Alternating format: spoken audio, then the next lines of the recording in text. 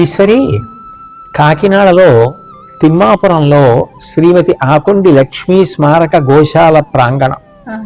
మనం ఇవాళ ఈ ప్రాంగణానికి వచ్చాం. ఈ గోశాలలో ఒక అద్భుతమైన కార్యక్రమం జరుగుతుంది. తెల్లవారుజామున గోవులన్నిటికీ సుప్రభాతం చదువుతారు.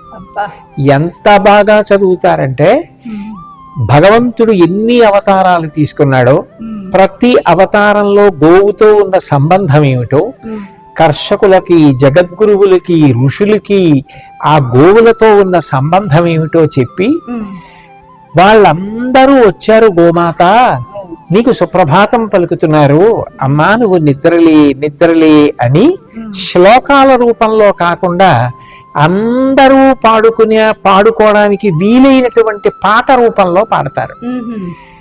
ఎంత బాగుంటుందో వినడానికి. తర్వాత గోశాల తలుపులు తీస్తారు. తీసి లోపలికి వెళ్ళి సకల దేవతా స్వరూపిణి అయిన గోమాతని దర్శనం చేసి ప్రదక్షిణం చేసి నమస్కారం చేసి బయటికి వస్తారు.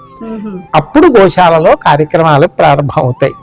బహుశా ఒక దేవాలయంలో జరిగినట్టు ఇట్లా సుప్రభాతం జరగడం, ఇట్లా ధ్వజస్తంభం, ఇట్లా గోవులకి సుప్రభాతానంతర దర్శనం ఇంకెక్కడా కనపడదు. ఇవాళ మనం ఆ సుప్రభాత కార్యక్రమంలో పాల్గొని ఆ వైభవం ఏమిటో చూద్దాం.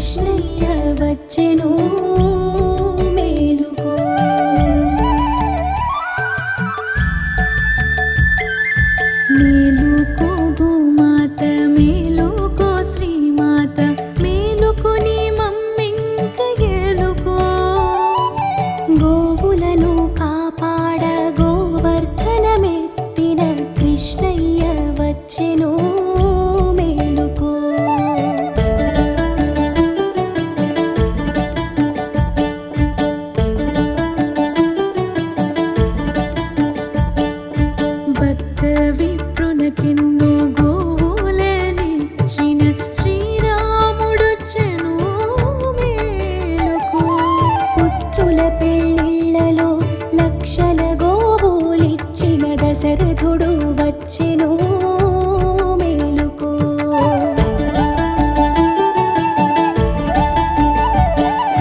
గోదాన ఫలితముగా గొప్ప భక్తుడై పుట్టిన అక్రూరుడొచ్చెను మేలుకో. గోలోకమందుండి నిన్ను చూడగా వచ్చే రాధమ్మ ప్రీతిగా మేలుకో.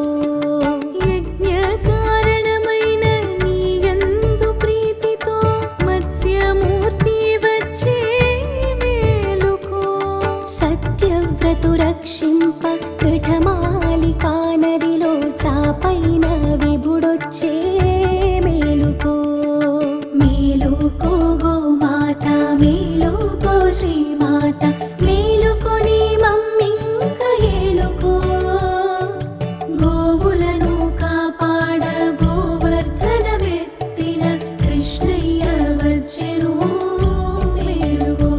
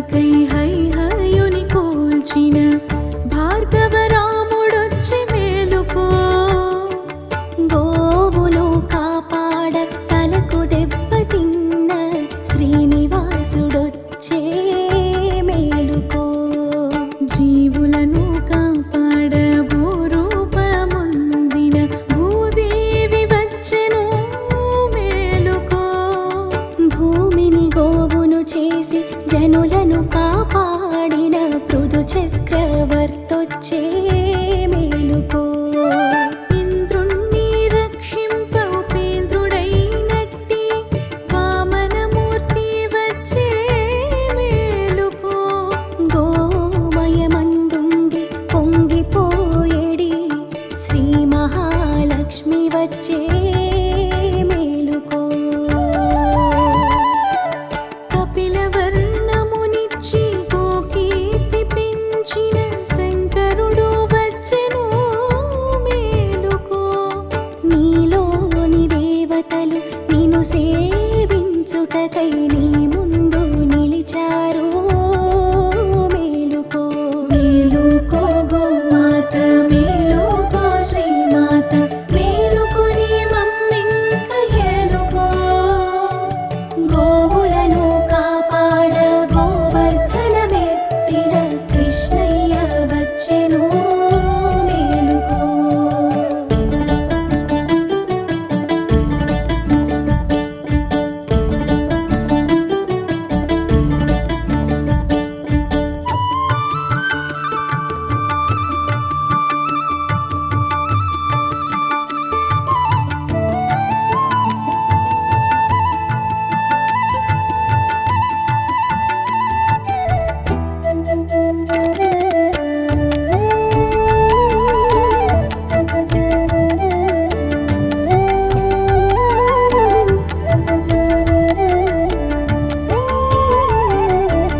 కామధేనువు పుట్టు కారణమైనట్టి ఆది కూర్మము వచ్చే మేలుకో.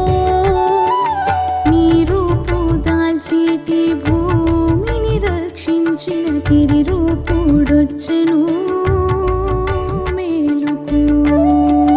నీ వెంట తిరుగుచు అంటూ నిన్ను కాచే బలభద్రుడొచ్చెను మేలుకో.